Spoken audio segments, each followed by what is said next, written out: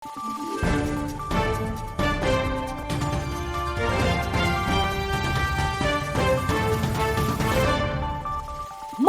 araw, Pilipinas! Ito ang Valiente News hatid sa inyo ng Office of the Vice President.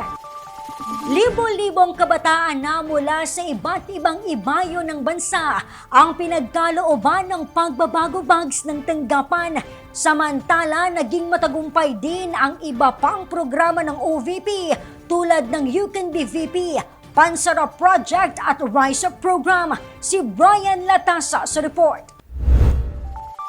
Katuwang ang iba't ibang sektor na karating na sa mas maraming Pilipino ang mga programa, serbisyo at inisyatiba ng tanggapan ng pangalawang Pangulo. Sa ginanap na Pasidungog 2025, masayang ibinahagi ni Vice President Inday Sara Duterte ang paglago ng mga negosyong pinasok ng Magnegosyo Taday grantees. Meanwhile, the Magnegosyo Taday program has blossomed into a transformative initiative that made a meaningful impact on 463 individual beneficiaries and 9 organizations, reaching a combined total of 1,003 individuals with entrepreneurial dreams.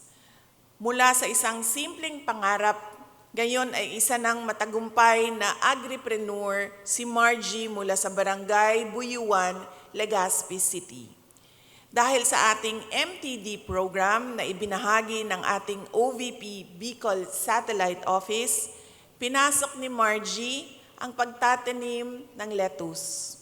Mula sa pagbebenta ng 500 cups ng lettuce seedlings hanggang 1,000 cups ng lettuce seedlings kada buwan, supplier na rin siya ng isang kilalang supermarket sa Legazpi City.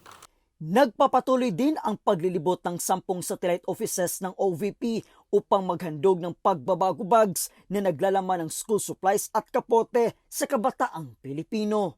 Base sa datos, umabot na sa 412,463 na mga pagbabago bags ang naipamahagi ng OVP simula noong taong 2022. Mahigit 800,000 naman na mga puno ng kahoy ang kanilang itinanim mula sa iba't ibang bahagi ng bansa.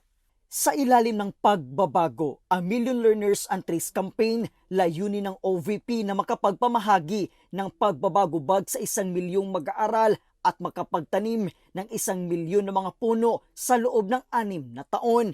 Ipinasilip din ni Vice President Inday Sara Duterte ang bagong disenyo na mga ipamamahaging pagbabago bags sa iba't ibang bahagi ng bansa. Sa pamamagitan ng pagbabago, a Million Learners and Trees Campaign, ipinapaalala natin kung gaano kahalaga ang edukasyon, kalusugan at pangangalaga sa ating kapaligiran, sa ating pagharap sa hamon ng nagbabagong klima at mga susunod pang henerasyon. Ngayong taon, buong pagmamalaki naming ipinapakilala ang bagong disenyo ng mga pagbabago bags, mga disenyo na sumasalamin ng ating layunin na maghatid ng pag-asa sa bawat batang makatatanggap nito at sa advokasiyang mahalin at pangalagaan ang kalikasan.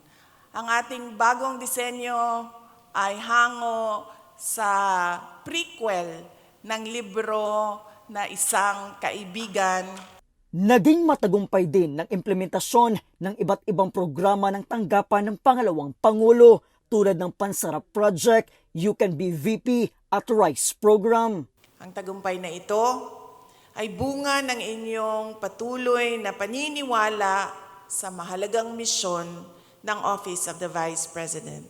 Sa misyong ito ay natutupad natin ang mga proyekto at programang nagbibigay ng ginhawa sa buhay ng mga pamilya, babago sa mga komunidad, huhubog ng mga pangarap, at magpapanday ng magandang kinabukasan.